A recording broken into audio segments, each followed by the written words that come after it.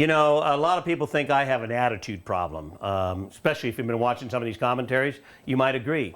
But, you know, we're going to have a lot of problems in this country coming up, and so we're going to have to do a lot of discussing on those. You know, Obama's attitude, cocky, I'm holier than thou, I know everything, why are you questioning me? The debate's over. I get that. I mean, he's the president of the United States, and so he feels a little superior than the rest of us. Axelrod, chief of staff. You know, his job is to spin it. He cops a little bit of an attitude. People question him. But I get that. Though I'd lose that little Fuhrer mustache thing he's got going. Looks a little bit like Hitler there. Well, but I get it. But Gibbs, the press secretary. Now, this is a guy that has to talk to the press who basically they represent us. They're in the room asking questions. Do you like that attitude he has? That little condescending, a little making joke. He picked on the old lady, the oldest press person in the room.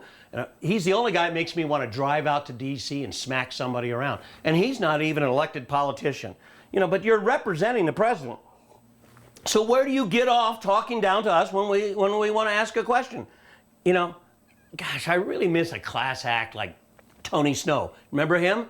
Previous press secretary, Donna Perino, really classy, even when they had to handle objections or questions from the press. You know what I think Gibbs ought to do? You know, the Rockies, a baseball team out in Colorado? Watch Jim Tracy when he has to answer questions after the game, particularly if they've lost. Very polite, calls people by name, even has the best explanations going. So Gibbs, if you're going to stick around, maybe you could take a look at that because, you know, Obama gave himself a B+. I give you a failing grade or at best a C. And you know, piece of advice for President Obama, get rid of him. He's not helping your cause much. I can't even stand to watch him. Hey, just a thought. Let me know what you think about him. Let's start a petition next year.